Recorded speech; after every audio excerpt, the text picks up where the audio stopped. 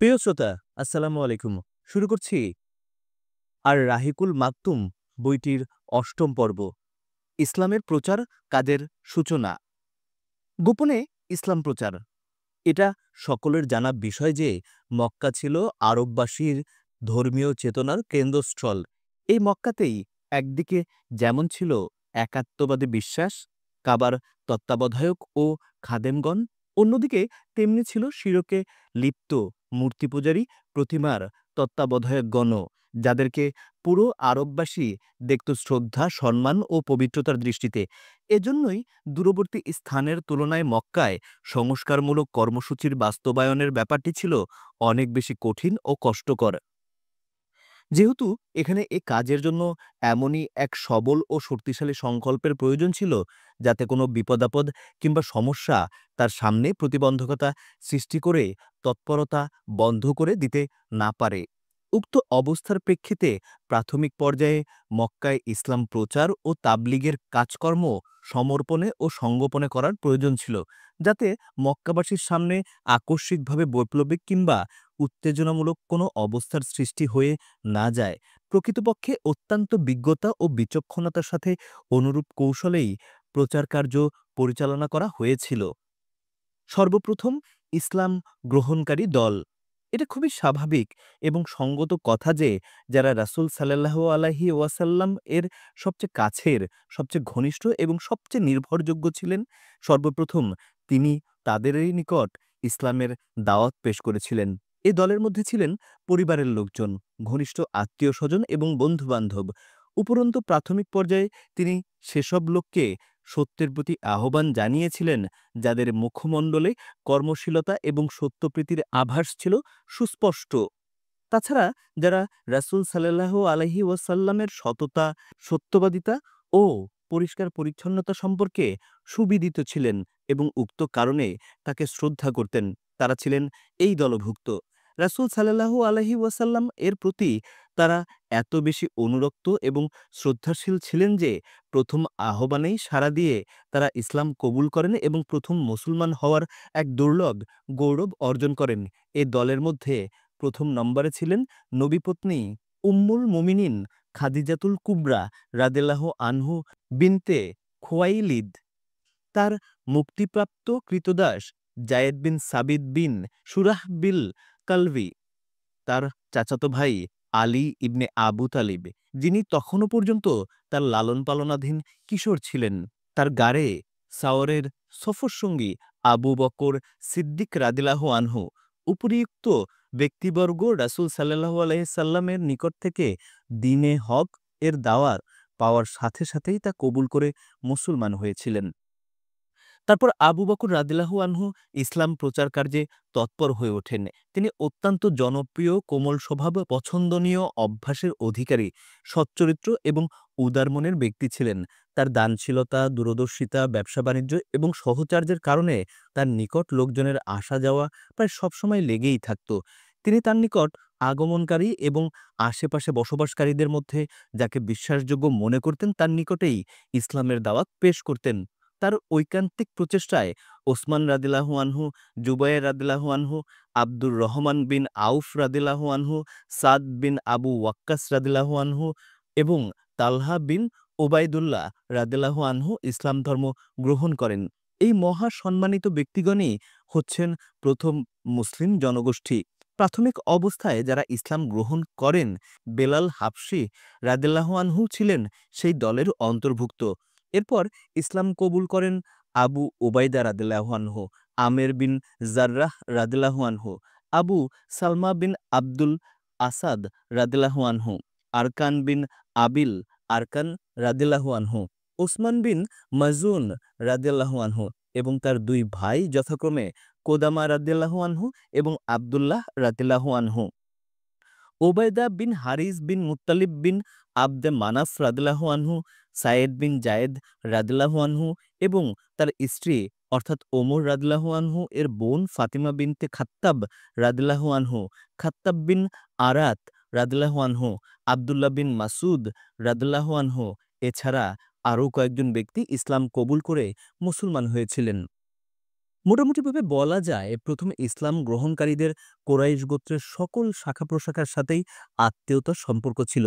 ইবনে Hisham তাদের দলের সংখ্যা বলেছেন ৪০ জনেরও বেশি, কিন্তু তাদের কিছু সংখ্যক সাহাবীকে প্রথম দলে গ্রহণ করার ব্যাপারে কিছুটা মতভেদ পরিলক্ষিত হয়। প্রখ্যাত ইতিহাসবিদ ইবনে ইসাকের বর্ণনা মতে এরপর পুরুষ এবং মহিলাগণ দলে দলে ইসলাম গ্রহণ কবুল করতে থাকেন। এমনকি মক্কায় ক্রমে ক্রমে ইসলাম নিয়ে আলোচনা বিস্তার লাভ করতে থাকে এবং জনসাধারণের মধ্যেও এর চর্চা শুরু হয়ে যায়। তারা সকলেই গোপনে মুসলমান হয়েছিলেন। রাসূল সাল্লাল্লাহু আলাইহি ওয়াসাল্লাম গোপনীয়তার মধ্যেই তাদের ধর্মীয় শিক্ষা দীক্ষার জন্য একত্রিত করে নির্দেশনা প্রদান করতেন, কারণ তখনও ইসলামের প্রচার কার্য ব্যক্তি পর্যায়ে অত্যন্ত সতর্পণে ও সংগোপনে হয়ে আসছিল। এদিকে সূরা মুদাচ্ছিরের প্রথম দিকের আয়াতসমূহ নাজিল হচ্ছিল।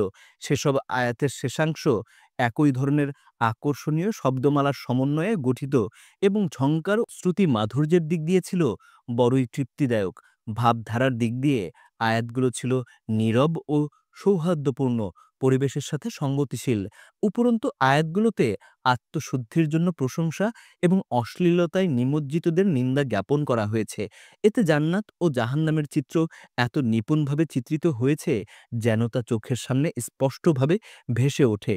এই আয়াতসমূহ ঈমানদারদের তৎকালীন মানব সমাজ থেকে সম্পূর্ণ আলাদা এবং ভিন্নতর এক পরিবেশে পরিভ্রমণ করতে থাকে। সালাত প্রাথমিক পর্যায়ে যেসব আয়াত নাজিল হয় তাতে সালাতের নির্দেশনা বিদ্যমান ছিল। মুকাতিল বিন সোলাইমান বলেছেন, আল্লাহ তাআলা ইসলামের প্রাথমিক অবস্থায় ফজরের ২ রাকাত এবং মাগরিবের ২ রাকাত সালাত ফরজ করেছিলেন, কারণ আল্লাহ তাআলা ইরশাদ করেছেন, সকাল ও সন্ধ্যায় স্বীয় প্রতিপালকের প্রশংসা দ্বারা তার পবিত্রতা বর্ণনা করো। সূরা আল মুমিনুন আয়াত ৫৫।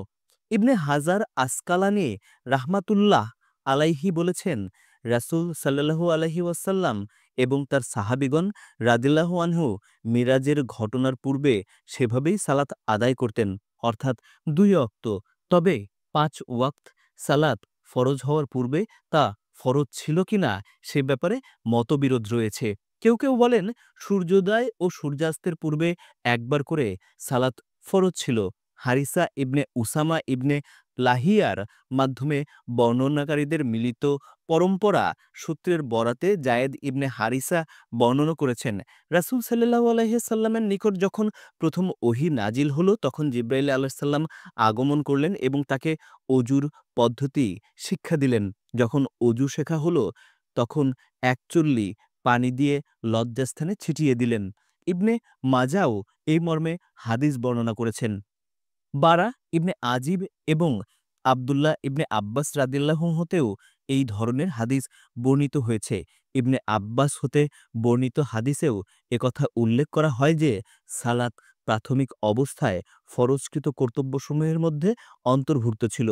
ইবনে হিশামের বর্ণনায় একথা বলা হয়েছে যে রাসূল সাল্লাল্লাহু আলাইহি সাল্লাম এবং সাহাবা রাদিয়াল্লাহু আনহু সালাতের সময় গোপন ঘাঁটিতে চলে যেতেন এবং গোত্রীয় লোকজনের দৃষ্টির আড়ালে সালাত আদায় করতেন। আবু তালিব একবার রাসূল সাল্লাল্লাহু আলাইহি সাল্লাম এবং আলী রাদিয়াল্লাহু আনহুকে সালাত আদায় করতে দেখেন এবং জিজ্ঞাসা করে প্রকৃত বিষয়টি অবগত হলে এর উপর অটল থাকার পরামর্শ দান করেন।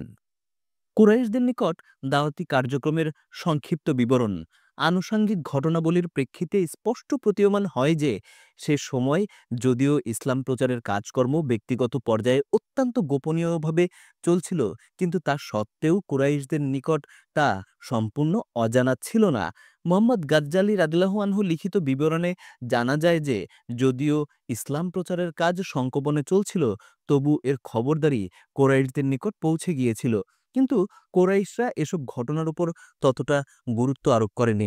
খুব সম্ভবত তারা মুহাম্মদ সাল্লাল্লাহু আলাইহি ওয়াসাল্লামকে সে ধরনের একজন গতানুগতিক ধার্মিক ব্যক্তি বলে মনে করেছিলেন, যিনি দেব এবং দেবত্বের প্রাপ্য সম্পর্কে কথোপকথন করেন, যেমনটি উমাইয়া ইবনে আবিস সালত, কুস ইবনে সাইদা এবং আমর ইবনে নুফাইল ও অন্যান্যরা করেছিলেন। অবশ্য রাসূল সাল্লাল্লাহু আলাইহি ওয়াসাল্লাম দাওয়াতি কাজ এবং এর প্রভাব ক্রমশ ব্যাপকভাবে বৃদ্ধি পাওয়ায় কুরাইশরা পূর্বের চেয়ে অধিকতর গুরুত্বের সাথে বিষয়টি নিয়ে চিন্তাভাবনা করছিল এবং সময়ের গতিবেগের সাথে সাথে রাসূল সাল্লাল্লাহু আলাইহি ওয়াসাল্লামের প্রচার কার্যের ফলাফলের প্রতি তাদের দৃষ্টি নিবদ্ধ হচ্ছিল। ৩ বছর পর্যন্ত প্রচার কার্য ব্যক্তিগত পর্যায়ে অত্যন্ত গোপনীয়তার মধ্য দিয়ে পরিচালিত হয়ে আসছিল। সেই অন্তর্বর্তী সময়ের মধ্যেই ঈমানদার ব্যক্তিদের এমন একটি ছোটখাটো দল তৈরি হয়ে গিয়েছিল, যাদের পারস্পরিক সম্পর্ক অত্যন্ত মজবুত, ভ্রাতৃত্ব ও সহযোগিতার উপর প্রতিষ্ঠিত ছিল। আল্লাহর রাসূল সাল্লাল্লাহু আলাইহি ওয়াসাল্লামকে যথার্থ মর্যাদা প্রদানের জন্য জীবন্ত জীবের হৃৎপিণ্ডের মতো তারা সারাক্ষণ সচেষ্ট থাকতেন। এরপর স্বজাতীয় ও স্বগোত্রীয় লোকজনদের নিকট প্রকাশ্যভাবে ইসলাম প্রচারের জন্য রাসূল সাল্লাল্লাহু আলাইহি ওয়াসাল্লাম এর নিকট ওহী নাজিল হলো এবং বলা হলো তাদের প্রতিমা পূজার অসারতা এবং প্রতিমা স্বরূপ উদ্ঘাটন করে দিতে। দ্বিতীয় পর্যায়ে প্রকাশ্যে ইসলাম প্রচারের আদেশ।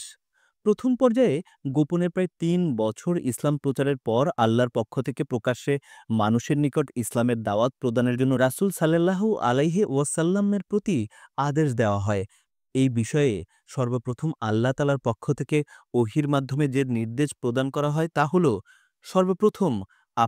সর্বপ্রথম আপনার নিকট আত্মীয়দের সতর্ক করুন।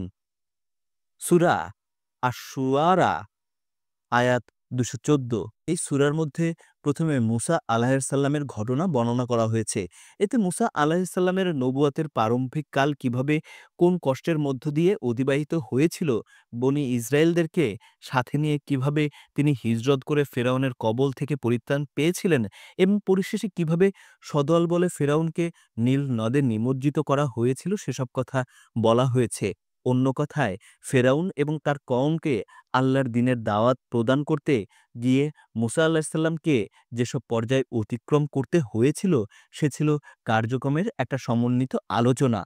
মুসা আলাইহিসসালামের ঘটনাবলীর বিস্তারিত বিবরণসমূহ এ কারণেই তুলে ধরা হলো যাতে প্রকাশ্যে দাওয়াতের পর কিভাবে মিথ্যা এবং বাতিলের মধ্যে সংঘাত সৃষ্টি হয়ে যায় এবং হকপন্থীদের কিভাবে অন্যায় অত্যাচারের সম্মুখীন হতে হয় তার চিত্র রাসূল সাল্লাল্লাহু আলাইহি সাল্লাম এবং সাহাবায়ে কিরামদের সম্মুখে বিদ্যমান থাকে।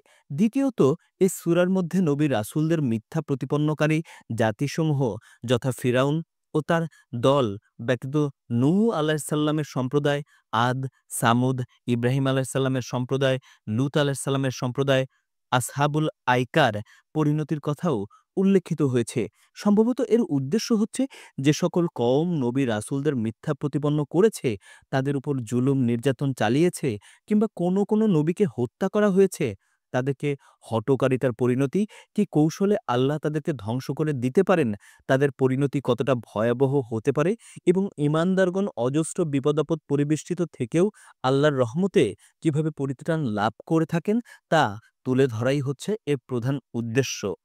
আত্মীয়-স্বজনদেরকে দ্বীনের দাওয়াত প্রদানের নির্দেশ।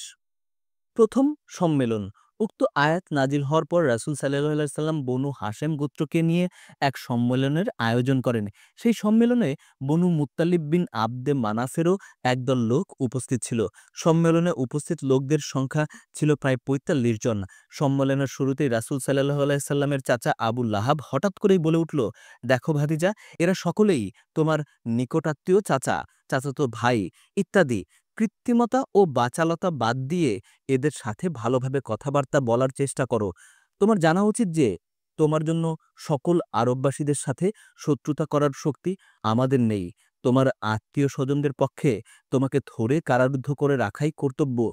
সুতরাং তোমার জন্য তোমার পিতৃপরিবারই যথেষ্ট। তুমি যদি তোমার ধ্যান ধারণা এবং কথাবার্তায় অটল থাকো তবে এটা অনেক সহজ এবং স্বাভাবিক যে সমগ্র কোরাইশ গোত্র তোমার বিরুদ্ধে অস্ত্র ধারণ করবে এবং অন্যান্য আরব গোত্র এ ব্যাপারে সহযোগিতা করবে। তারপর এটা আমার জানার বিষয় নয় যে নিজ পিতৃ পরিবারের আর অন্য কেউই তোমার চেয়ে বড় সর্বনাশা হতে পারে।" আবু লাহাবের এ জাতীয় অর্থহীন আস্ফালনের প্রেক্ষাপটে রাসূল সাল্লাল্লাহু আলাইহি ওয়াসাল্লাম সম্পূর্ণ নীরবতা অবলম্বন করলেন এবং ওই নীরবতার মধ্য দিয়েই সম্মেলন শেষ হয়ে গেল। দ্বিতীয় সম্মেলন। এরপর রাসূল সাল্লাল্লাহু আলাইহি ওয়াসাল্লাম স্বগোত্রীয় লোকদের একত্রিত করে দ্বিতীয় সম্মেলনের ব্যবস্থা করেন। সম্মেলনে উপস্থিত লোকদেরকে উদ্দেশ্য করে তিনি বললেন, সমস্ত প্রশংসা আল্লাহ তাআলার জন্য। আমি তার প্রশংসা বর্ণনা করছি এবং তারই নিকট সাহায্য প্রার্থনা করছি। তার উপর বিশ্বাস স্থাপন করছি, তার উপরেই নির্ভর করছি এবং সাক্ষ্য প্রদান করছি। আল্লাহ ছাড়া অন্য কেউ উপাসনার যোগ্য নয়। তিনি একক এবং অদ্বিতীয় এবং তার কোনো অংশীদার নেই। তারপর তিনি বললেন, কল্যাণকামী পথ প্রদর্শক আপন আত্মীয়-স্বজনের নিকট কখনোই মিথ্যা বলতে পারে না। সেই আল্লাহর শপথ, যিনি ব্যতীত অন্য কোনো উপায় নেই। বিশেষভাবে তোমাদের জন্য এবং সাধারণভাবে বিশ্বের সকল মানুষের জন্য আমি আল্লাহর রাসূল হিসেবে প্রেরিত হয়েছি। আল্লাহ জানেন তোমরা সকলেই সেভাবে মৃত্যুর সম্মুখীন হবে, যেভাবে বিছানায় শুয়ে ঘুমিয়ে পড়ো সেভাবেই পুনরায় উত্থিত হবে, যেমনটি তোমরা ঘুমন্ত অবস্থা থেকে জাগ্রত হও। পুনরুত্থান দিবসে তোমাদের কৃতকর্ম সম্পর্কে হিসাব গ্রহণ করা হবে এবং পুণ্যের ফলশ্রুতি হিসাবে চিরস্থায়ী সুখ শান্তির আবাসস্থল জান্নাতে প্রবেশ করানো হবে। রাসূল সাল্লাল্লাহু আলাইহি ওয়াসাল্লামের কথা শুনে তার চাচা আবু তালিব বললেন, আমরা কতটুকু তোমার সাহায্য করতে পারবো? তোমার উপদেশ আমাদের জন্য কতটুকু গ্রহণযোগ্য হবে এবং তোমার কথাবার্তা কতটুকু সত্য বলে আমরা জানব? এখানে সমবেত লোকজন তোমার পিতৃপরিবারের সদস্য এবং আমিও অনুরূপ একজন সদস্য। পার্থক্য শুধু এতটুকুই যে তোমার সহযোগিতার জন্য তাদের তুলনায় আমি অগ্রগামী আছি। অতএব তোমার নিকট যে নির্দেশনাবলীর নাজিল হয়েছে সে অনুযায়ী কার্যক্রম চালিয়ে যেতে থাকো। আল্লাহ ভরসা, আমি অবিরামভাবে তোমার কাজকর্মে সাহায্য সহযোগিতা করব এবং তোমার প্রতি আমার সদয় সহানুভূতি সবসময় থাকবে। তবে আব্দুল মুত্তালিবের দিন ত্যাগ করতে আমি প্রস্তুত নই। আবুল আহাব বলল, আল্লাহর শপথ, এ হচ্ছে অন্যায় এবং দুষ্টামি ফাজলামি। একে অন্যদের আগে তোমরাই থামিয়ে দাও। আবু লাহাবের মুখ থেকে উক্ত কথা শোনার পর আবু তালিব বললেন, আল্লাহর শপথ করে বলছি, যতক্ষণ আমার দেহে প্রাণ থাকবে আমি মুহাম্মাদের হেফাজত বা রক্ষণাবেক্ষণ করতে থাকব। সাফা পর্বতে যখন রাসূল সাল্লাল্লাহু আলাইহি ওয়াসাল্লাম খুব ভালোভাবে নিশ্চিত হলেন যে আল্লাহর দ্বীন প্রচারের অন্তর্বর্তীকালীন আবু তালিব তাকে সাহায্য করবেন, তখন একদিন তিনি সাফা পর্বত শিখরে আরোহণ করে জনসাধারণকে উচ্চস্বরে আহ্বান জানালেন, হায় প্রাতকাল বলে। রাসূল সাল্লাল্লাহু আলাইহি সাল্লাম এর কণ্ঠে উক্ত আহ্বান শুনে কুরাইশ গোত্রের লোকেরা সেখানে যখন সমবেত হল, তখন তিনি সকলকে উদ্দেশ্য করে আল্লাহর একাত্মবাদ, নিজের নবুয়ত প্রাপ্তি এবং পরকালীন জীবনের ওপর বিশ্বাস স্থাপনের জন্য অত্যন্ত মর্মস্পর্শী ভাষায় সকলকে আহ্বান জানালেন। এই ঘটনার এক অংশ সহিহ বুখারীতে ইবনে আব্বাস রাদিয়াল্লাহু আনহু কর্তৃক এভাবে বর্ণিত হয়েছে। যখন আয়াতটি নাজিল হল, তখন রাসূল সাল্লাল্লাহু আলাইহি সাল্লাম সাফা পর্বত শিখরে আরোহণ করে কুরাইশ গোত্রের সকলকে লক্ষ্য করে বিশেষ কতগুলো শব্দ উচ্চারণ করে ডাকতে লাগলেন, ওহে বনু ফিহর, ওহে বনু আদি। উক্ত আহ্বান শুনতে পেয়ে সকলেই সেখানে সমবেত হল। এমনকি কোনো ব্যক্তির পক্ষে সেখানে উপস্থিত হওয়া সম্ভব না হলেও ব্যাপারটি সম্পর্কে অবগত হওয়ার জন্য সে প্রতিনিধি প্রেরণ করল। মোট কথা, কোরাইশ গোত্রের সকলেই সেখানে উপস্থিত হয়েছিল। আবু লাহাবও উপস্থিত ছিল। তারপর রাসূল সাল্লাল্লাহু আলাইহি সাল্লাম বললেন, হে কোরাইশগণ, তোমরা বলো, আজ এই পর্বত শিখরে দাঁড়িয়ে যদি আমি তোমাদেরকে বলি যে পর্বতের আড়ালে এক প্রবল শত্রু সৈন্যবাহিনী তোমাদের সবকিছু লুণ্ঠন করে নেওয়ার জন্য লুকিয়ে আছে, তাহলে তোমরা আমার এ কথা বিশ্বাস করবে কি? সকলে সমস্বরে জবাব দিল, হ্যাঁ, নিশ্চয়ই, বিশ্বাস না করার কোনো কারণই নেই। আমরা কখনোই আপনাকে মিথ্যা কথা বলতে শুনিনি। তখন রাসূল সাল্লাল্লাহু আলাইহি সাল্লাম গুরু গম্ভীর কণ্ঠে বললেন, যদি তাই হয় তবে শোনো, আমি তোমাদেরকে পাপ ও আল্লাহদ্রোহিতার ভীষণ পরিণাম এবং তার জন্য অবশ্যম্ভাবী কঠোর দণ্ডের কথা স্মরণ করিয়ে দেয়ার জন্য প্রেরিত হয়েছি। তার উক্ত সাবধানবাণী শুনে আবু লাহাব অত্যন্ত ক্ষিপ্ত কণ্ঠে বলে উঠল, তোর সর্বনাশ হোক! এজন্যই কি তুই এখানে আমাদেরকে সমবেত করেছিস? আবু লাহাবের উক্ত আচরণের ফলশ্রুতিতে আয়াতে কারিমা অবতীর্ণ হল, আবু লাহাবের হস্তদ্বয় এবং সে নিজে ধ্বংস হোক। সূরা লাহাব আয়াত ১। উক্ত ঘটনার আরেক অংশ ইমাম মুসলিম সহিহ মুসলিমে আবু হুরাইরা রাদিয়াল্লাহু আনহু হতে বর্ণনা করেছেন। তিনি বলেন, যখন আয়াত নাজিল হয় তখন রাসূল সাল্লাল্লাহু আলাইহি ওয়াসাল্লাম চিৎকার করে সকলের প্রতি আহ্বান জানালেন। এই আহ্বান ছিল বিশেষ এবং সাধারণ উভয় ভাবধারার। তিনি চিৎকার করে বললেন, হে কুরাইশগণ, জাহান্নাম থেকে নিজেদেরকে রক্ষা করো। হে বনু কাব গোত্রের লোকেরা, জাহান্নাম থেকে নিজেদের রক্ষা করো। হে মুহাম্মাদের কন্যা ফাতিমা, আল্লাহর পাকড়াও এবং জাহান্নামের ভয়াবহ শাস্তি থেকে নিজেদের রক্ষা করতে পারবে না। তবে তোমাদের সাথে বংশীয় এবং আত্মীয়তার সূত্রে যতটুকু উপকার করা সম্ভব ততটুকু করব। সত্যের প্রকাশ্য ঘটনা, মুশরিকদের প্রতিক্রিয়া। উল্লেখিত আহ্বান তখনও মক্কার আশেপাশে শোনা যাচ্ছিল। এমতো অবস্থায় ওহী নাজিল হল, আপনাকে যা আদেশ করা হয়েছে তা পালন করুন। আপনি মুশরিকদের পরোয়া করবেন না। সূরা আল হিজর আয়াত ৯৪। এরপর রাসূল সাল্লাল্লাহু আলাইহি ওয়াসাল্লাম বহুত্ববাদের বিশ্বাস এবং মিথ্যার পর্দা উন্মোচন করে প্রতিমার প্রকৃতি, মর্যাদা এবং মূল্যের অসারতা সম্পর্কে প্রকাশ্যভাবে কথা বলতে শুরু করলেন। এই প্রতিমাগুলোর জড়ত্ব, অসমর্থতা ও অকর্মণ্যতা সম্পর্কে যুক্তি প্রমাণ দিয়ে তিনি জোরালো কণ্ঠে তুলে ধরলেন। যারা এদেরকে আল্লাহ এবং নিজের মধ্যে মধ্যস্থতাকারী হিসাবে তৈরি করে নিয়েছে, তারা যে কতটা ধূষ্টতার মধ্যে নিমজ্জিত রয়েছে তাও বলতে লাগলেন। রাসূল সাল্লাল্লাহু আলাইহি ওয়াসাল্লামের প্রচার অভিযান ছিল অত্যন্ত প্রবল এবং প্রজ্ঞানিষ্ঠ। তিনি তার ঘনিষ্ঠ আত্মীয়-স্বজনদের নিকট জোরালো কণ্ঠে ঘোষণা করলেন যে, এখন থেকে নবুয়াতের বিশ্বাসের ওপরেই নির্ভর করবে আল্লাহর সাথে বন্দনার সম্পর্কের ব্যাপারটি। যুগ যুগ ধরে গোত্রীয় এবং বংশীয় সম্পর্কের যে বন্ধনটি আরবে প্রচলিত ও প্রতিষ্ঠিত হয়ে এসেছে, আল্লাহ কর্তৃক ভীতি প্রদর্শনের প্রচণ্ড তাপে বিগলিত হয়ে তা নিশ্চিহ্ন হয়ে গেল। মূর্তিপূজক ও মুশরিকদের বিরুদ্ধে সত্যের আপোসহীন এই ঘোষণা যখন যুগ যুগান্তর বহুত্ববাদী বিশ্বাসের ভিত্তিমূলে ধস সৃষ্টি করল, তখন প্রচণ্ড ক্রোধ ও ক্ষোভে পৌত্তলিক ও অহংকারবাদী মক্কাবাসী এমনভাবে ফেরে পড়ল, যেমনটি ঝঞ্ঝা বিক্ষুব্ধ মেঘমালার বক্ষনিঃসৃত বজ্রের ভয়ঙ্কর গর্জন শান্ত পৃথিবীর ঊর্ধ্বাদেশে আকাশমণ্ডলে ফেটে পড়তে চায়। কুরাইশগণ উঠে পড়ে লাগল সদ্য অঙ্কুরিত এই একাত্মবাদের মূল উৎপাটন করে ফেলার জন্য। কারণ একাত্মবাদের এ ধারণাই যে শেষ পর্যন্ত উত্তরাধিকার সূত্রে প্রাপ্ত তাদের ঐতিহ্য ও আকিদা একদম নিশ্চিহ্ন করে ফেলবে, সেরকম একটি আশঙ্কা তাদের মনে দানা বাঁধতে শুরু করেছিল। রাসূল সাল্লাল্লাহু আলাইহি সাল্লামের একাত্মবাদের ঘোষণায় কুরাইশগণ একদম ক্ষেপে উঠল। কারণ এটা তারা জানত যে একাত্মবাদ নবুয়ত ও পরকালীন জীবনের উপর বিশ্বাস স্থাপন করার অর্থই হবে নিঃশর্তভাবে রাসূল সাল্লাল্লাহু আলাইহি ওয়াসাল্লামের নিকট আত্মসমর্পণ করা এবং কোনো আপত্তি ছাড়াই তার আদেশ নিষেধ মেনে চলা। অন্যান্য বিষয়ের কথা তো দূরেই থাক, এমনকি নিজের প্রাণ এবং ধন সম্পদ ব্যবহারের ক্ষেত্রেও ইচ্ছা অনুযায়ী তা করা চলবে না।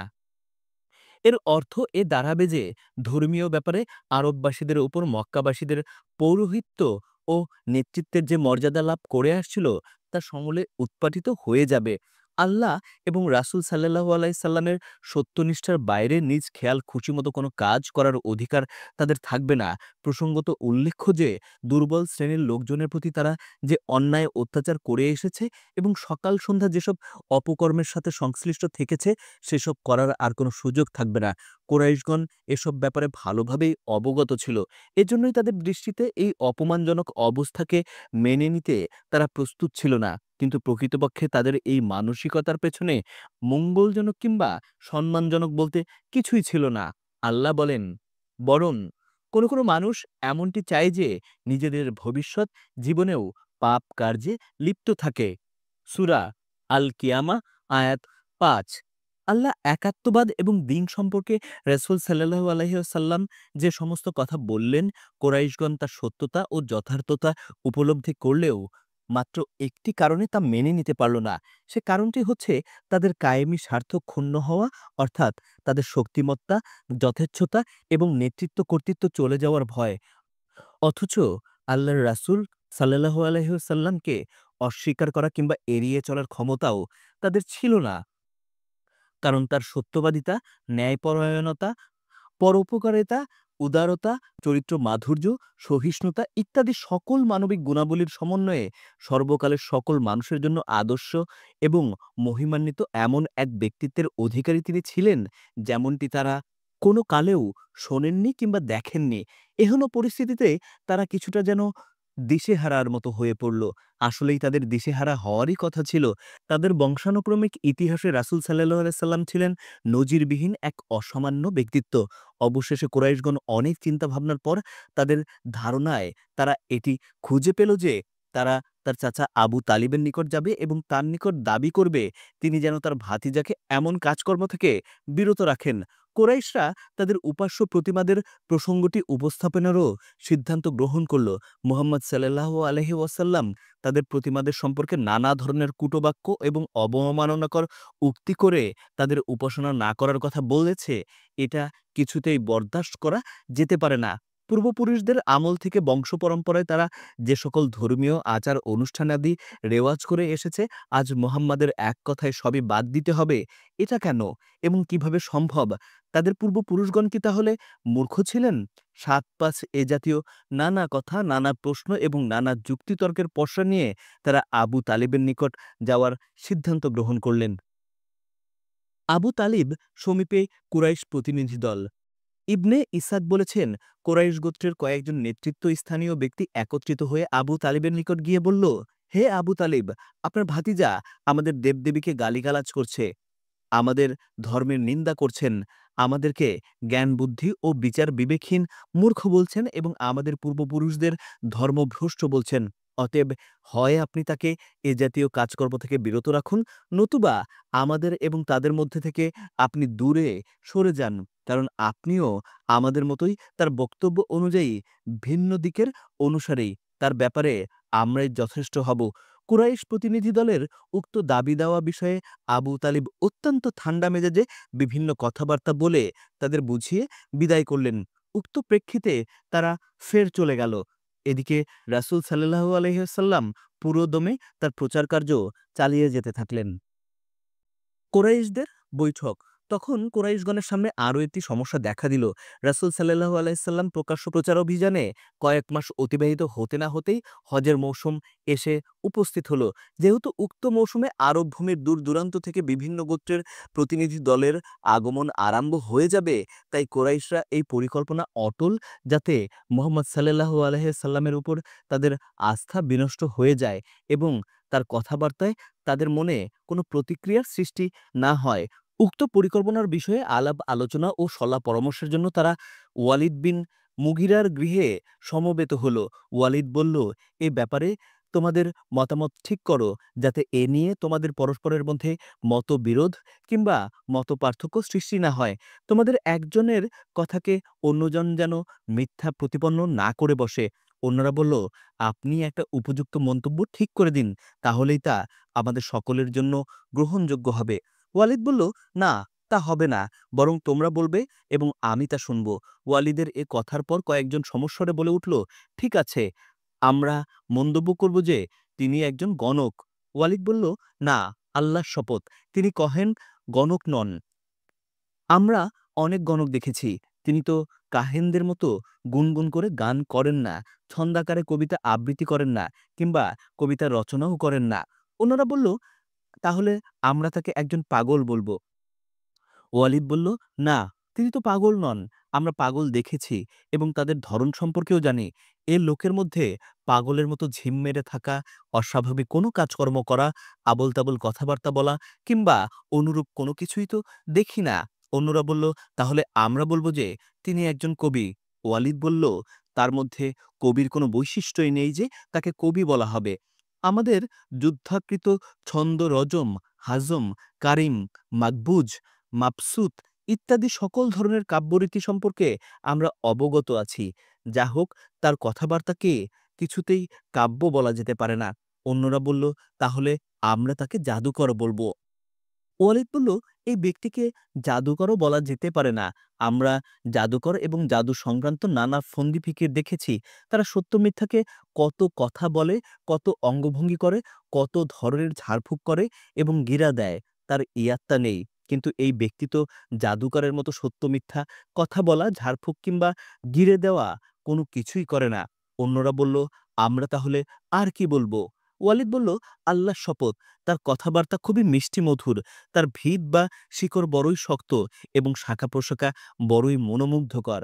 তোমরা তার সম্পর্কে যাই বলো না কেন, যারা তার সংস্পর্শে কিছুক্ষণ থাকবে তারা তোমাদের কথাবার্তাকে অবশ্যই মিথ্যা মনে করবে। তারপর কিছুক্ষণ ভেবে নিয়ে পুনরায় ওয়ালিদ বলল, তার সম্পর্কে যদি কিছু বলতেই হয় তাহলে বড়জোর জাদুকর বলতে পারো। তার জন্য এটা কিছুটা হলেও উপযোগী বলে মনে হবে। তিনি এমন সব কথা উত্থাপন করছেন যা জাদু বলেই মনে হয়। তিনি পিতা-পুত্রের মধ্যে, স্বামী ও স্ত্রীর মধ্যে, ভাই-ভাইয়ের মধ্যে, গোত্রে-গোত্রে এবং আত্মীয়-স্বজনদের মধ্যে বিভেদ সৃষ্টি করে দিয়েছেন। শেষ পর্যন্ত তারা তাকে জাদুকর বলার সিদ্ধান্তে একমত হয়ে সেখান থেকে বিদায় নিল। কোনো বর্ণনায় একথাও বলা হয়েছে যে, ওয়ালিদ যখন তাদের প্রস্তাব প্রত্যাখ্যান করে দিল, তখন তারা বলল, আপনি তাহলে আপনার গ্রহণযোগ্য অভিমত ব্যক্ত করুন। প্রত্যুত্তরে ওয়ালিদ বলল, আমাকে কিছু চিন্তাভাবনা করার সুযোগ দিন। এরপর সে অনেকক্ষণ ধরে চিন্তাভাবনা করতে থাকে এবং উল্লেখিত অভিমত ব্যক্ত করে। এ ব্যাপারে ওয়ালিদ সম্পর্কে সূরা মুদাস্সিরের ১১ থেকে ২৬ নম্বরের ১৬টি আয়াত নাজিল হয়েছে, যার মধ্যে কয়েকটি আয়াতে তার চিন্তার ধরন সম্পর্কিত চিত্র তুলে ধরা হয়েছে। কোরআনে ইরশাদ করা হয়েছে, সে চিন্তা করল এবং একটি মন্তব্য স্থির করল, সুতরাং সে ধ্বংস হোক। কেমন মন্তব্য স্থির করল? তারপর দৃষ্টি নিক্ষেপ করল, তারপর মুখ বিকৃত করল, আরো অধিক বিকৃত করল, তারপর মুখ ফিরালো এবং গর্ব করল। অবশেষে বলল, এ তো কিছুই নয়, শুধু জাদু, এ তো পূর্ব হতেই চলে আসছে, এ তো একটি মানবীয় কালাম ছাড়া আর কিছুই নয়। তারা যে সিদ্ধান্ত গ্রহণ করল তা বাস্তবায়নের উদ্দেশ্যে তখন থেকেই প্রস্তুতি নিতে লাগলো। কিছু সংখ্যক কাফির মক্কায় আগমনকারী হজ যাত্রীদের আসার সাথে সাথে কিংবা মক্কার অলিগলে মোড়ে মোড়ে জটলা করে রাসূল সাল্লাল্লাহু আলাইহি সাল্লামের প্রচার এবং তাবলীগের ব্যাপারে যথেচ্ছতাই বলে হজ যাত্রীদেরকে বিভ্রান্ত করতে শুরু করল। রাসূল সাল্লাল্লাহু আলাইহি সাল্লাম সম্পর্কে এসব ব্যাপারে আবু লাহাব অগ্রণী ভূমিকা পালন করল। হজের মৌসুমে হজ যাত্রীদের তাঁবুতে গিয়ে এবং উকাজ, মাজিন্না ও জুলমাজাজ বাজারে দাঁড়িয়ে রাসূল সাল্লাল্লাহু আলাইহি সাল্লামে যখন আল্লাহর একাত্মবাদ এবং দ্বীনের তাবলীগ করতেন, তখন আবু লাহাব তার পিছন পিছন গিয়ে বলত, তোমরা কেউ এর কথায় কান দিও না, সে মিথ্যুক এবং বেদিন হয়ে গিয়েছে। এভাবে দৌড়ঝাঁপের ফল হলো এই যে, হজ পালনের পর হাজিগণ যখন নিজ নিজ গায়ে প্রত্যাবর্তন করল, তখন তারা রাসূল সাল্লাল্লাহু আলাইহি ওয়াসাল্লাম সম্পর্কে ভালোভাবে অবগত হয়ে গেল। এছাড়া তারা এই বিষয়টিও অবগত হয়ে গেল যে, মুহাম্মদ সাল্লাল্লাহু আলাইহি ওয়াসাল্লামও নবুয়ত প্রাপ্তির দাবি করেছেন। এমনিভাবে হজ যাত্রীদের মাধ্যমেই রাসূল সাল্লাল্লাহু আলাইহি ওয়াসাল্লামের নবুয়ত এবং ইসলামের প্রাথমিক কথাবার্তা সমগ্র আরব জাহানে ছড়িয়ে পড়ল। কুরাইশদের বিরোধিতার বিভিন্ন কৌশল। কুরাইশগণ যখন দেখল যে মুহাম্মদ সাল্লাল্লাহু আলাইহি সাল্লামকে তার দ্বীনের দাওয়াত এবং তাবলীগ থেকে বিরত রাখার কোনো কৌশলই কার্যকর হচ্ছে না, তখন তারা পুনরায় চিন্তাভাবনা করে তার তাবলীগী কার্যক্রমকে সম্পূর্ণ স্তব্ধ করে দেওয়ার জন্য নানামুখী পন্থা প্রক্রিয়া অবলম্বন শুরু করল। যেসব পন্থা তারা অবলম্বন করেছিলেন তা নিম্নে তুলে ধরা হলো। ১. ঠাট্টা বিদ্রূপ।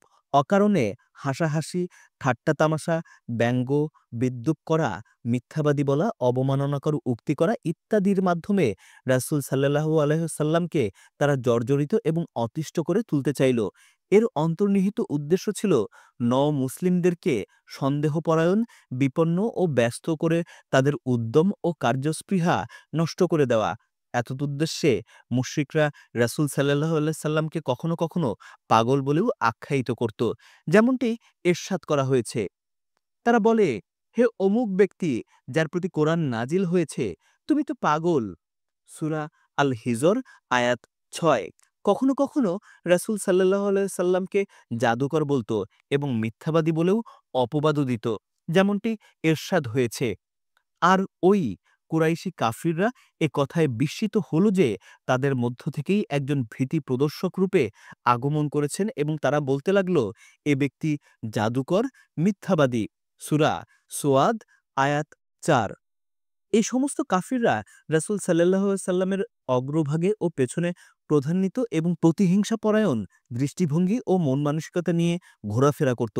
এই প্রসঙ্গে কোরআন মাজিদে ইরশাদ হয়েছে, আর কাফিররা যখন কোরআন শ্রবণ করে তখন তারা আপনাকে এমন কটু দৃষ্টিতে দেখে, মনে হয় যেন তারা তাদের তীক্ষ্ণ দৃষ্টি দ্বারা আপনাকে আঁচড়িয়ে ফেলবে এবং বলে যে, এ তো পাগল। সূরা আল কালাম আয়াত ৫১। উপরন্তু রাসূল সাল্লাল্লাহু আলাইহি সাল্লাম যখন কোথাও গমন করতেন এবং তার দুর্বল ও মজলুম সাহাবীগণ তার নিকট উপস্থিত থাকতেন, তখন তাদের লক্ষ্য করে মুশরিকরা উপহাস করে বলত, আর এরাই নাকি সেই ব্যক্তি যাদের উপর আল্লাহ করুণা করেছেন আমাদের মধ্য হতে। সূরা আনআম আয়াত ৫৩। প্রত্যুত্তরে আল্লাহ তাআলা ইরশাদ করেছেন, আল্লাহ কি কৃতজ্ঞ বান্দাদের সম্পর্কে অধিক জ্ঞাত নন? সূরা আল আনাম আয়াত ৫৩। সাধারণত মুশরিকদের অবস্থা তাই ছিল, যার চিত্র নিম্নোক্ত আয়াতসমূহে তুলে ধরা হয়েছে। আর যারা অপরাধী ছিল তারা দুনিয়ায় মুমিনদের প্রতি বিদ্রূপ ও তাচ্ছিল্যের সাথে হাসি ঠাট্টা করত। আর যখন তারা ঈমানদারগণ তাদের সম্মুখ দিয়ে যাতায়াত করত, তখন তারা কাফিররা পরস্পর চোখ টিপাটিপি করত। আর যখন তারা নিজেদের গৃহে ফিরে যেত, তখন মুমিনদের সম্পর্কে নিজেদের মধ্যে আলোচনা করে আনন্দ উপভোগ করত। আর যখন তাদেরকে দেখত, তখন এমন বলাবলি করত যে নিশ্চয়ই এরা বিভ্রান্তিতে আছে। সূরা মুতাফফিফিন আয়াত ২৯-৩৩। ২. জনমনে সন্দেহ সংশয় সৃষ্টি করা। তারা রাসূল সাল্লাল্লাহু আলাইহি সাল্লামের শিক্ষা-দীক্ষার বিষয়াদিকে বিকৃত করে দেখাত। রাসূল সাল্লাল্লাহু আলাইহি সাল্লামের শিক্ষা-দীক্ষা সম্পর্কে জনমনে সন্দেহ ও সংশয় সৃষ্টি করা এবং মিথ্যা ও অপপ্রচার করা সহ যাবতীয় প্রতিবন্ধকতামূলক কাজ তারা করত। এ সবগুলোই অনবরত এত ব্যাপকভাবে করত যাতে জনসাধারণ তার দিন প্রচারের দিকে স্থিরতার সাথে মনোযোগ দেওয়া কিংবা চিন্তাভাবনা করার কোনো সুযোগ না পায়। যেমন কোরআন সম্পর্কে মুশরিকরা বলেছে, আর তারা বলে থাকে যে, এ তো পূর্বকালের কাহিনী যা এই ব্যক্তি অন্যের কাছ থেকে লিখে নিয়ে এসেছে, আর সেটাই সকাল সন্ধ্যা তার নিকটে পাঠ করা হয়। সূরা আল ফুরকান আয়াত ৫। তারা মুশরিকরা আরও বলেছে, এটা মিথ্যা ছাড়া অন্য কিছুই নয় যা সে রচনা করে নিয়েছে, এজন্য তাকে কিছু লোকজন সাহায্য করছে। সূরা আল ফুরকান আয়াত ৪। নিশ্চয়ই মোহাম্মদকে এটা কোরআন কোনো একজন মানুষ শিক্ষা দেয়। সূরা আন-নাহল আয়াত ১০৩। তাছাড়া রাসূল সাল্লাল্লাহু আলাইহি সাল্লামের প্রতি তাদের প্রশ্ন ছিল এই, এ ব্যক্তি কেমন রাসূল, আহার করে এবং হাটে বাজারে চলাফেরা করে। সূরা আল ফুরকান আয়াত ৭। কোরআনে কারিমে অনেক জায়গায় মুশরিকদের কথার প্রতিবাদও করা হয়েছে। কোথাও প্রশ্নের উল্লেখ রয়েছে, কোথাও উল্লেখ ছাড়া তা করা হয়েছে। ৩. বিরোধিতার ধূম্রজাল। অতীতকালের ঘটনাবলী এবং উপাখ্যানসমূহ এবং কোরআনুল কারিমে বর্ণিত বিষয়াদির মধ্যে অর্থহীন ঝগড়া, প্রতিদ্বন্দ্বিতার ধূম্রজাল সৃষ্টি করে জনমনে বাধার সৃষ্টি করা এবং মুক্ত চিন্তা ভাবনার সুযোগ না দেওয়া প্রসঙ্গক্রমে এখানে নাজর বিন হারিসের ঘটনা উল্লেখ করা যেতে পারে। একদিন সে কোরাইশদেরকে আহ্বান জানিয়ে বলল যে, হে কোরাইশ ভাইগণ, আল্লাহর শপথ, তোমাদের সম্মুখে এক মহা দুর্যোগপূর্ণ সময় উপস্থিত হয়েছে, অথচ তোমরা আজ পর্যন্ত এর কোনো প্রতিকার কিংবা এর থেকে বাঁচার চেষ্টা কোনটাই করতে পারোনি। মুহাম্মদ সাল্লাল্লাহু আলাইহি সাল্লাম যখন তোমাদের মধ্যে যুবক ছিলেন, তখন তিনি সকলের প্রিয় পাত্র ছিলেন, সবার চেয়ে সত্যবাদী এবং বিশ্বাসী ছিলেন। এখন যখন তার কান ও মাথার মধ্যকার চুল সাদা হতে চলল, অর্থাৎ বয়স বৃদ্ধি পেয়ে মধ্য বয়সে পৌঁছেছে এবং তোমাদের নিকট কিছু বাণী ও বক্তব্য উপস্থাপন করলেন, তখন তোমরা তাকে বলছো তিনি একজন জাদুকর। না, আল্লাহর শপথ, তিনি জাদুকর নন। আমরা জাদুকর দেখেছি, তাদের ঝাড়ফুঁক ও গিরাবন্দিও দেখেছি, কিন্তু তার মধ্যে সেরকম কোনো কিছুই দেখছি না। তোমরা বলছো যে তিনি একজন গণক, কিন্তু তাকে তো কাহেন বলেও মনে হয় না। আমরা কাহেন দেখেছি, দেখেছি তাদের অসার বাগ্মিতা, উল্টোপাল্টা কাজকর্ম এবং বাকচাতুর্যতা, কিন্তু তার মধ্যে তেমন কিছুই দেখি না। তোমরা বলছো সে কবি, কিন্তু তাকে কবি বলেও তো মনে হয় না। আমরা কবি দেখেছি এবং কাব্যধারা, হাজম বাজম ইত্যাদিও শুনেছি, কিন্তু মুহাম্মদ সাল্লাল্লাহু আলাইহি ওয়াসাল্লাম এর কাছে যা শুনেছি কোনো দিন কারো কাছেই তা শুনিনি। তার কাছে যা শুনেছি সে তো অদ্ভুত জিনিস। তোমরা তাকে বলছো পাগল, কিন্তু তাকে পাগল বলার কোনো হেতুই আমি খুঁজে পাচ্ছি না। আমরা তো অনেক পাগলের পাগলামি দেখেছি। দেখেছি তাদের উল্টাপাল্টা কাজকর্ম, শুনেছি তাদের অসংলগ্ন ও অশ্লীল কথাবার্তা এবং আরো কত কি। কিন্তু মুহাম্মদ সাল্লাল্লাহু আলাইহি সাল্লামের এর মধ্যে তেমন কোনো কিছুই কোনোদিন দেখিনি। ও হে কোরাইশ, আল্লাহর শপথ, তোমরা খুব কঠিন অবস্থার মধ্যে নিপতিত হয়েছ। খুব ভালোভাবে চিন্তা ভাবনা করো, পরিত্রাণের পথ খোঁজ করো। এরপর নাজর বিন হারিস হিরায় চলে গেল। সেখানে রাজা বাদশাদের ঘটনাবলী, ইরানের বিখ্যাত বীর রুস্তম ও প্রাচীন গ্রিক সম্রাট আলেকজান্ডারের কাহিনী শিখল। এসব শেখার পর সে মক্কায় ফিরে এলো। ঘটনাক্রমে রাসূল সাল্লাল্লাহু আলাইহি সাল্লাম যখন কোনো জায়গায় আল্লাহর নির্দেশনাবলী নিয়ে আলোচনা করতেন এবং আল্লাহর আদেশ অমান্য করলে জাহান্নামের ভয়াবহ আযাব সম্পর্কে ভীতি প্রদর্শন করতেন, তখন সে ব্যক্তি সেখানে উপস্থিত হয়ে বলতো, আমার কথার চেয়ে মুহাম্মাদের কথা উত্তম নয়। এরপর সে পারস্য সম্রাটদের রুস্তম ও সিকান্দার বাদশার বা আলেকজান্ডারের কাহিনী শোনাতে আরম্ভ করত এবং বলতো, বলো কোন দিক দিয়ে মুহাম্মদ সাল্লাল্লাহু আলাইহি সাল্লামের কথা আমার চেয়ে উত্তম? আব্দুল্লাহ ইবনে আব্বাস রাদিয়াল্লাহু আনহুর বর্ণনা সূত্রে এটাও জানা যায় যে ইসলামের বিরুদ্ধাচারণের চরম পর্যায়ের ব্যবস্থা হিসেবে নাজর একাধিক কৃতদাসী রেখেছিল। যখনই সে জানতে পারত যে কোনো লোক রাসূল সাল্লাল্লাহু আলাইহি সাল্লামের দ্বীনি তাবলীগের প্রতি আকৃষ্ট হচ্ছেন, তখন সে লোকদের জন্য এক কৃতদাসীকে নিয়োজিত করে দিত। কৃতদাসী তাকে খাওয়া-দাওয়া করাতো এবং তাদের মনোরঞ্জনের জন্য গীতবাদ্য এবং অন্যান্য বিনোদনমূলক কর্মকাণ্ডের ব্যবস্থা করত। রাসূল সাল্লাল্লাহু আলাইহি সাল্লামের প্রতি সেই ব্যক্তির আকর্ষণ হ্রাস না পাওয়া পর্যন্ত সে একই ধরনের কাজ চালাতো। এই প্রসঙ্গে পবিত্র কোরআনে ইরশাদ হয়েছে, লোকদের মধ্যে কিছু লোক এমনও আছে যারা খেলতামাশার কথাবার্তার মাধ্যমে মানুষকে আল্লাহর পথ হতে বিভ্রান্ত করার চেষ্টা করে থাকে। সূরা লোকমান আয়াত ৩১। ৪. বিরোধিতার আপোস রফার কৌশল। এই পন্থার মূল কথাটি হল কিছু কিছু গ্রহণ ও কিছু কিছু বর্জনের মাধ্যমে মুসলমান ও মুশরিকদের মধ্যে একটি আপোস রফার ব্যবস্থা। এর প্রকৃত অর্থ হল রাসূল সাল্লাল্লাহু আলাইহি সাল্লাম এবং মুসলমানগণ যদি মুশরিকদের উপাসনা পদ্ধতির কিছু অংশ মেনে নেন, তাহলে তারাও মুহাম্মদ সাল্লাল্লাহু আলাইহি সাল্লামের প্রচারিত ইসলামের বিধিবিধানের কিছু কিছু অংশ মেনে নেবেন। কোরআনে কারিমে যেমনটি ইরশাদ হয়েছে, তারা চায় যে আপনি যদি কিছুটা নমনীয় বা শিথিল হয়ে যান, তাহলে তারাও শিথিল ও নমনীয় হয়ে যাবে। সূরা আল কালাম আয়াত ৯। যেমনটি ইবনে জারির এবং তাবারানির এক বর্ণনায় রয়েছে, মুশরিকরা রাসূল সাল্লাল্লাহু আলাইহি সাল্লামের নিকট প্রস্তাব উত্থাপন করেছিলেন যে যদি তিনি ১ বছর যাবৎ তাদের মাবুদের পূজা আর্চনা করেন, তাহলে তারাও রাসূল সাল্লাল্লাহু আলাইহি সাল্লামের প্রভু ও প্রতিপালকের ইবাদত করবে। আবদ বিন হুমায়েদ হতে একটি বর্ণনা এসেছে, মুশরিকরা প্রস্তাব করল যে যদি আপনি আমাদের মাবুদকে গ্রহণ করেন তবে আমরাও আপনার রবের ইবাদত করব। ইবনে ইসাক বর্ণনা করেছেন, একদিন রাসূল সাল্লাল্লাহু আলাইহি সাল্লাম কাবা ঘর তাওয়াফ করছিলেন। এমন সময় আসওয়াদ বিন মুত্তালিব বিন আসাদ বিন আব্দুল উজ্জা, ওয়ালিদ বিন মুগিরা, উমাইয়া বিন খালস এবং আস বিন ওয়াইলসমি তার সামনে এসে উপস্থিত হল। তারা সকলেই ছিল নিজ নিজ গোত্রের প্রধান। তারা বলল, হে মুহাম্মদ, এসো, তুমি যে মাবুদের উপাসনা করো, আমরাও সেই মাবুদের উপাসনা করি এবং আমরা যে মাবুদের উপাসনা করি, তোমরাও সেই মাবুদের উপাসনা করো। এরপর দেখা যাবে যদি তোমাদের মাবুদ কোনো অংশে আমাদের মাবুদের চেয়ে উন্নত হয়, তাহলে আমরা সে মাবুদের ইবাদতে অংশগ্রহণ করব। আর যদি আমাদের মাবুদ কোনো অংশে তোমাদের মাবুদের উন্নত হয়, তাহলে তুমি সেই মাবুদের ইবাদতে অংশগ্রহণ করবে। এ কারণে আল্লাহ তাআলা সূরা কাফিরুন সম্পূর্ণ নাজিল করেন, যার মধ্যে জলদগম্ভীর সুরে ঘোষণা করা হয়েছে, তোমরা যার উপাসনা করো, আমরা তার উপাসনা করতে পারি না। এই অকাঠ্য সিদ্ধান্তসূচক উত্তরে তাদের হাস্যকর কথাবার্তা ও কাজকর্মের চূড়ান্ত অবসান ঘটল। প্রিয় শ্রোতা, এই ছিল আমাদের ৮ম পর্ব। আশা করি আমাদের এই পর্বগুলো আপনাদের ভালো লাগছে।